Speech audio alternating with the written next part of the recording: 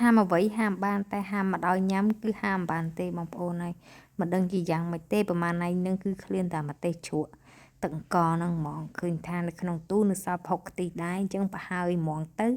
ពួកអីចុងសប្តាហ៍ហ្នឹងទៅលេងស្រុកដែរអូឥឡូវចាប់ផ្ដើមយកមកកម្ដៅមកអូក្ដៅក្ដៅហុយហុយហ្មងបងប្អូនហើយជាមួយនឹងបាយទឹមដាំថ្មីថ្មីទៀតនិយាយពីថាអូយកប់សេរីជាម្សេសម្ទេសជ្រក់នេះមានជាតិជូរហើយហឹលហឹលឆ្ងាញ់ណាស់បងប្អូនមកកន្លងហ្នឹងសល់ប៉ុណ្ណឹងឯងហើយព្រឹកមិញញ៉ាំប្រហើយទៅគឺចិត្តអស់ហើយនិយាយទៅប្រទេសជ្រក់មកកន្លងញ៉ាំតែ3ថ្ងៃសាហាវមែនតែនហ្មងឥឡូវចាប់ផ្ដើមចាចាប់ផ្ដើមញ៉ាំមកចាប់ផ្ដើមអ៊ុតថាអូមានបន្លែមានស្លឹកខ្ទឹមមានស្ពៃក្តោបសណ្តែកគួរអីចឹងណាមានតែសក់មានអីចង់ញ៉ាំអីញ៉ាំហ្នឹងទៅមានទ្រពអីចឹងទៅប៉ុន្តែសំខាន់ខ្ញុំចេះញ៉ាំតែប្រហែលមុខហ្នឹងឯងបើ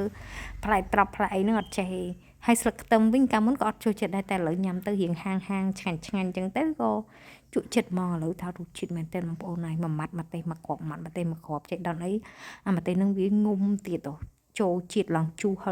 លទៅអូឆ្ងាញ់ខ្លាំងមែនតើតែពិតមិនបាយក្តាំងណាបងប្អូនបាយដាំម៉ូតូនេះបាយកកអញ្ចឹងខ្ញុំចាប់ផ្ដើមញ៉ាំហើយនិយាយបដើលើទឹកមាត់បដើព្រោះនឹករសជាតិហ្នឹង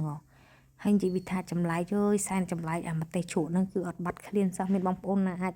ដឹងជួយប្រាប់ផងថាធ្វើមិនបានទប់ស្កាត់កុំឲ្យយើងចង់ញ៉ាំបានបើប្រហែលថ្ងៃហ្នឹងឲ្យតែនឹកឃើញហៀទឹកមាត់ចង់តែញ៉ាំអញ្ចឹងហ្នឹងហើយចង់ញ៉ាំអីចង់ញ៉ាំម្ទេសសូម្បីតែខ្ញុំធ្វើម្ហូបបដើ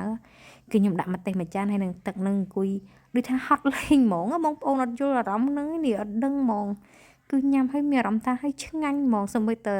សាច់គោដែលយើងយកទៅចៀនបែបមិនឆ្អិនខ្លាំងប្រហែលជាឆ្អិន70%អីហាន់ស្ដាងយើងចៀនមួយប៊ឺហើយយើងហាន់ស្ដាងញ៉ាំមួយទឹកម្ទេសហ្នឹងក៏ឆ្ងាញ់ដែរអត់ញ៉ាំមួយទឹកម្រេចក៏ឆ្មាទេវីដេអូនេះក៏បានបញ្ចប់បាយ